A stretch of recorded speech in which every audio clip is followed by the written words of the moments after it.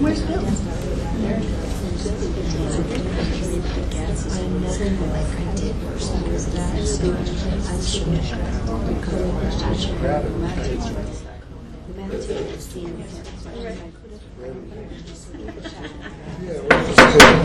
like to call to order the regular meeting of the Beacon Board of Education. Please rise for the Pledge of Allegiance.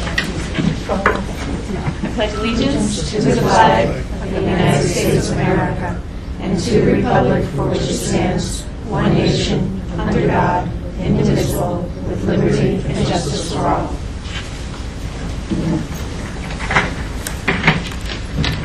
Roll call, please. Larry Cohen. Here. Betsy Dennis. Here. Jennifer Edge. Excused. Christine Galbo. Here. Frank Garda. Believed to be late. Georgia Patchen. Here. Mary Beth Stevens. Here. Bill Zaub. You will be late as well? Melissa Thompson. I am here. Would you like to review the fire exit? I'd be delighted. Fire exits are to the rear of the LGI. Please don't hesitate to follow the board out in case of emergency. And would you like to welcome the workshop? Welcome, everyone, to our March 4th meeting of the Board of Education. We typically start off with the Bill Zaub singing the Star Spangled Banner. Right on time.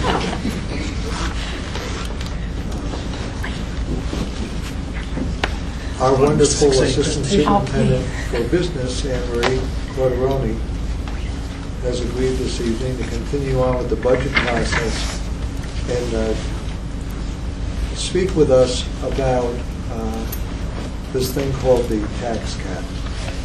Thank you. I hope everyone can see. I also have handouts for the board. So you have it? I'm good. So if anybody needs it, you have it. Great. Okay. So I'm going to try to simply explain. We had an explanation last year with it being the first year of the cap. This year was a little different, a little more challenging, but we seem to muddle through. As you know, the cap was due to the Controller's Office on Friday, March 1st, which we sent it. So I want to just give you, I try to do a comparison, show you where we were last year versus where we are this year, to try to give you an idea of how we calculated it.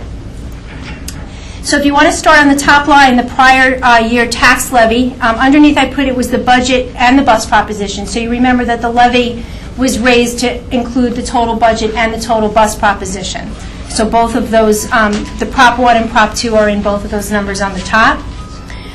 You also notice that this year we did get an inflation, a tax-based growth factor that's given by the New York State Tax and Finance Department, so it's not something that we can look up or decide. It's kind of allocated to us. So luckily we did get a small increase. As you saw last year, we were flat when we did the first year of the cap. Part of the cap calculation is adding and subtracting the pilots. Pilot, again, is payment in lieu of taxes. It's money that we get separate from the tax roll when we send tax bills out. It's agreements with certain taxpayers in the municipality to pay a reduced amount, and the city collects and sends it over to us. So the Controller's Office feels that the prior year, and then you'll see on the bottom what we anticipate as current year, pilot is an add and subtract into the calculation. Prior year exemptions, you'll notice in 1213 that related to capital exclusion. In the first year, that was the only thing that we had. And you also notice in the 1314, the prior year exemptions is the capital exclusion. That's at the bottom of the first column, the 81,000. And it's also the bus proposition that we had. And the bus proposition was 398,000. So basically, we're trying to come up with what the budget can increase, so we need to take out the portion that relates to the bus proposition to get a true calculation. The allowable growth factor, again, 2% is a given. It's probably going to remain that way for the rest of the cap. Pilots coming in, again, is an estimate, and we did not anticipate any new ones. We called the city of Beacon and the 2 towns that we cover, and we are not anticipating anything different. The major difference that I want to show you is in the next section, the ERS-TRS. Last year, we were allowed to take an exclusion of $30,820. That was for employees' retirement system. And basically, the rates are kind of off the charts in some of those areas. So last year, they allowed you to take an exclusion for a rate that went higher than 2%. So they allowed it to grow 2% because that matches what the cap calculation is. So last year, employees' retirement, our calculation of $30,820. The more important number is probably in this year's number. So that's for teachers' retirement system. So the anticipated rate for teachers' retirement is 16.25% for 13-14. And last year in 12-13, it was 11.84%. So that's a significant increase, a 4.41% increase. So they allow you, they take off 2%, so they allow you to exclude 2.41%. So basically, in a more simplistic term, they're realizing that that area of employees' retirement, teachers' retirement, would not fit into the cap, so they're allowing you the exclusion on that portion to kind of offset it to increase the budget.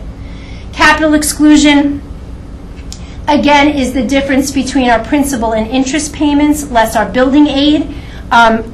You remember that we have a deficit financing bond that we have a few more years for. And last year, the Controller's Office deemed that not includable in that exclusion. So you have to take that out. It's not eligible for building aid. So the $91,000 is the difference between our principal and interest and our anticipated building aid. I will throw into that calculation that you'll hear some things, and maybe part of the later on in the budget process, about an assumed interest rate.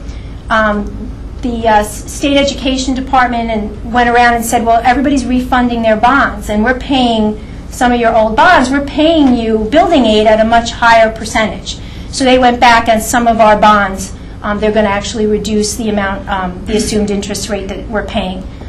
So that I took that into consideration as well when I was coming up with the exclusion. So basically, the bottom line, the maximum levy increase. As you saw last year, as you remember last year, it was 2.07%, and this year for the budget, it's 3.08%.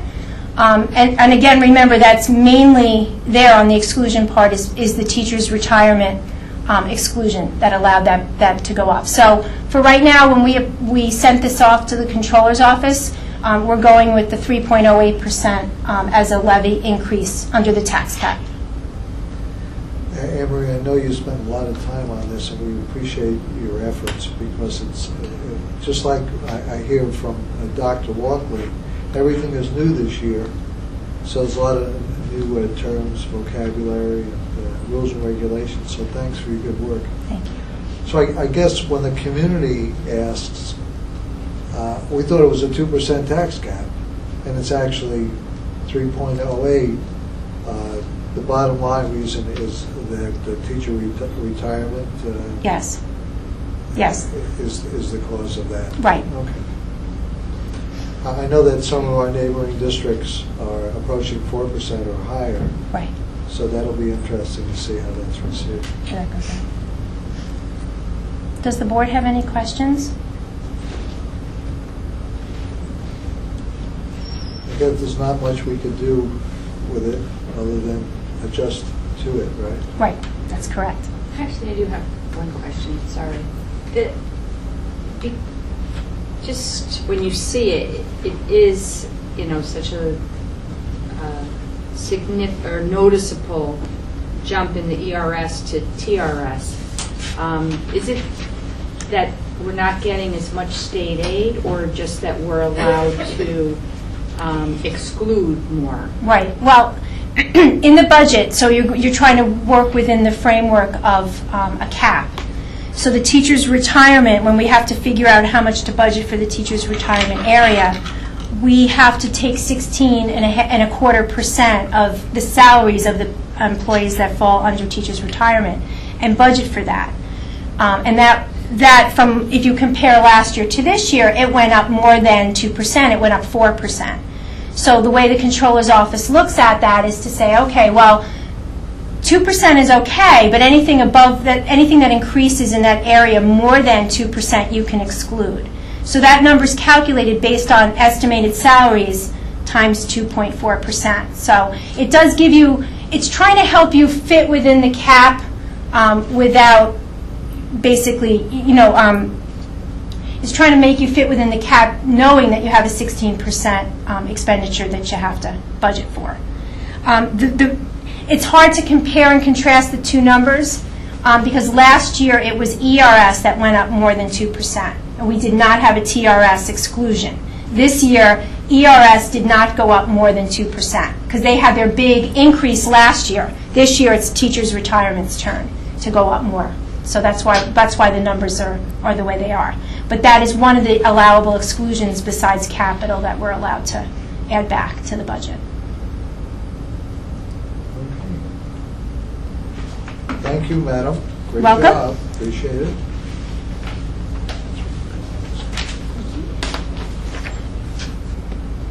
May I have a motion for executive session?